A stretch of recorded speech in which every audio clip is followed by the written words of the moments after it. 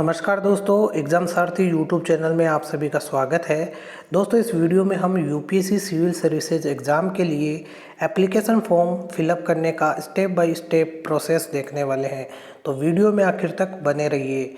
दोस्तों, यूपीएससी ने civil services exam 2021 के लिए 4 मार्च को नोटिफिकेशन जारी कर दिया और साथ ही एप्लीकेशन का लिंक भी एक्टिवेट हो चुका है। आखिरी तारीख 24 मार्च है, तो 24 मार्च से पहले अप्लाई करने की कोशिश करें। दोस्तों, इसके अलावा जो भी एलिजिबिलिटी क्राइटेरिया है या सिविल सर्विसेज एग्ज़ाम से रिलेटेड कोई भी जानकारी आपको चाहिए तो जो हमारे चैनल की प्लेलिस्ट में जाइए, वहाँ पर यूपीएससी नाम से एक प्लेलिस्ट आपको मिलेगी। उस प्लेलिस्ट में यूपीएससी से रिलेटेड सारे वीडियोज़ उपलब्ध हैं। दोस्तों, सिविल सर्विसेज एग्ज़ाम के लिए एप्लीकेशन फॉर्म अप्लाई करने के लिए आपको सबसे पहले गूगल पर जाकर के यूपीएससी की ऑफिशियल वेबसाइट पर विज़िट करना है, जो कि www.upsc.gov.in है। इसके बाद में आपके सामने जो ऑफिशियल वेबसाइट का होम पेज कुछ इस तरीके से आपको दिखाई देगा। तो यहाँ पर आप रिक्रूटमेंट सेक्शन पर क्लिक करें।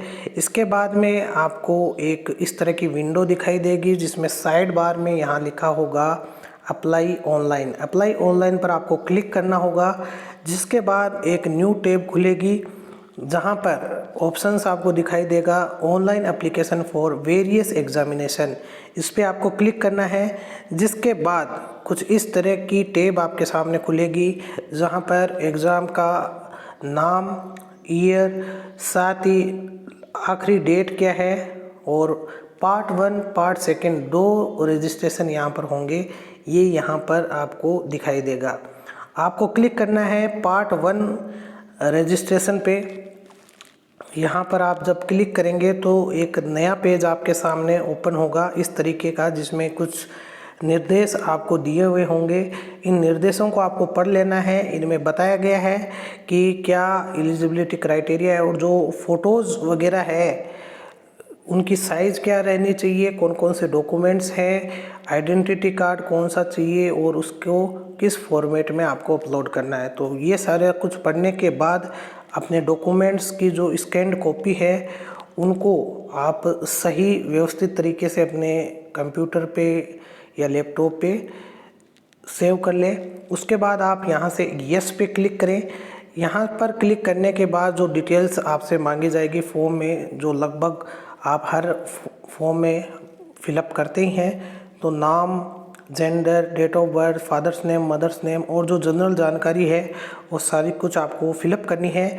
साथ ही इस बार यूपीएससी ने एक और नई चीज़ ऐड की है, जिसमें कि आपको आपका जो मूल निवास पत्र या जो जाति प्रमाण पत्र है, जैसे कि ओबीसी में नॉन क्रीमिलियर के लिए है, या फिर अगर आप ईडब्ल्यूएस कैटेगरी में जो है आर्थिक पिछड़े वर्ग में जो जनरल कैटेगरी में है, उन सब का सर्टिफिकेट भी आपको अपलोड करना होगा।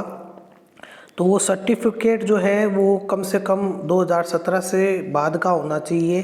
तो उस अकॉर्डिंग अगर आपके पास नहीं है तो उसे ज़रूर बनवा लें और 24 मार्च से पहले आप उसमें जो जानकारी मांगी गई है सर्टिफिकेट की, उसका क्रमांक संख्या, उसकी जो स्कैन्ड कॉपी है, साथ ही जो अथॉरिटी जिसने ये आपका जाति प्रमाण पत्र जारी किया है उसको भी आपको वहाँ पे फिलअप करना होगा। इसके बाद में आपके सामने कुछ ऐसे आपका एड्रेस वगैरह जो है और जो ईमेल आइडेंटिटी है या मोबाइल नंबर है, ये सब कुछ आपको फिलअप करना है और उसके बाद सबमिट कर देना है। सबमिट करने के बाद आपका पार्ट 1 का रजिस्ट्रेशन पूरा हो जाएगा, जहाँ पर आपको अपना एज रिलैक्सेशन का जो कॉलम मिलेगा, यहाँ पर अगर आपकी कैटेगरी जो भी है उसके अकॉर्डिंग अगर आप एज रिलैक्सेशन के लिए दावा कर रहे हैं तो उससे येस या नो ज़रूर करें। इसके बाद आपका सेकंड पार्ट शुरू हो जाएगा रजिस्ट्रेशन का, जिसमें कि आपको पेमेंट करना होगा। पेमेंट आप ऑनलाइन भी कर सकते हैं, ऑफलाइन भी कर सकते हैं। आप दे सकते हैं पे बाय कैश, यानी कि आप चालान के द्वारा किसी बैंक में जाकर नगद जमा करके भी कर सकते हैं। तो इस ऑप्शन को आपको चूज करना होगा। जो स्लिप निकलेगी उस स्लिप को बैंक में जमा कराना होगा और आपका पेमेंट हो जाएगा। और इसके बाद आपको क्या करना है, अगर ऑनलाइन अगर आप करते हैं तो ये सारे ऑप्शंस हैं, वीज़ा कार्ड, मास्टर कार्ड या क्रेडिट कार्ड, डेबिट कार्ड, ये सारी चीज़ें आपके पास उपलब्ध है। नेट बैंकिंग से भी आप कर सकते हैं। इसके बाद आपका जो सेंटर है उसको आपको चयन करना होगा। इसके बाद दोस्तों ये सब कुछ करने के बाद आपके पास ये स्लिप मिल जाएगी पेमेंट की, इसे आपको ज़रूर डाउनलोड करके रख लेना है। इसके अलावा जो उम्मीदवार हैं ST SC PWD की, उनके लिए कोई पेमेंट नहीं है, कोई भी फ़ी नहीं है। केवल जो अदर कैटेगरी है अनरिजर्व्ड OBC वगैरह, उनके लिए 100 रुपये फ़ीस है। इसके अलावा जो डॉक्यूमेंट्स है उनकी जो एक निर्धारित तय की गई है कि क्या साइज़ प्रारूप होना चाहिए। तो तस्वीर जो आपकी फ़ोटो है उसको 350 बाय 350 न्यूनतम से लेके 1000 पिक्सल तक होनी चाहिए। प्रारूप JPG का होना चाहिए। इसके अलावा 20 KB से 300 KB के बीच होनी चाहिए। इसी तरीके से आपका हस्ताक्षर 350 से 350 न्यूनतम, अधिकतम 1000 से 1000, और प्रारूप आपका JPG होना चाहिए। आकार यानी साइज़ जो है 20 KB से 300 KB होनी चाहिए। इसी तरीके से जो आपका आइडेंटिटी कार्ड है, चाहे आधार कार्ड है, वोटर ID कार्ड है या फिर ड्राइविंग लाइसेंस है, इसका जो प्रारूप PDF फॉर्मेट में होना चाहिए। आकार 20 से 300 KB के बीच होना चाहिए। तो यहाँ से आपको क्या करना है, अपने डॉक्यूमेंट्स जो फ़ोटो, सिग्नेचर और जो आइडेंटिटी कार्ड है, इसका स्कैन्ड कॉपी को अपलोड करना है। अपलोड करने के बाद जो है आपके पास जो पूरा एक बॉक्स खुल जाएगा, जिसमें कि आपको अपना आधार कार्ड का जो भी आपने अपलोड किया वो नंबर डाल करके ये डिक्लेरेशन जो है इसमें आई एग्री बटन पे क्लिक करना है। जिसके बाद में आपके पास एक पेज खुलेगा जो एक तरीके से आपका पूरा फॉर्म का जो रिव्यू है वो दिखाई देगा। इसके आपको सेव कर लेना है, ये प्रिंट आउट के फॉर्मेट में होगा। और यहाँ पर आपका जो एप्लीकेशन है, एप्लीकेशन फॉर्म है, वो जो है सबमिट हो जाएगा। तो दोस्तों ये पूरा प्रोसेस है, इस प्रोसेस को आपको ध्यान रखना है। और जो बैंक में जाके अगर आप कैश से पेमेंट करते हैं तो उसके लिए आपको रिसिप्ट बैंक में जाकर ही, SBI की किसी भी शाखा में जाकर के जमा कराना होगा।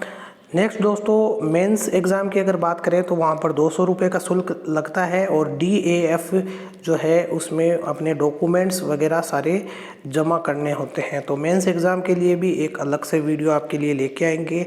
और जितनी भी जानकारी इस वीडियो में हमने दी है उसका एक रिव्यू आप देख सकते हैं।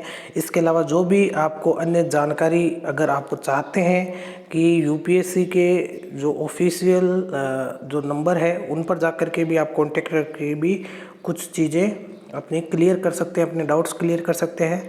तो दोस्तों अगर ये वीडियो आपको पसंद आया हो तो इसे लाइक करें, शेयर करें, साथ ही हमारे चैनल को सब्सक्राइब कर लें। और ऐसे ही वीडियोस पाने के लिए बने रहिए हमारे साथ। धन्यवाद।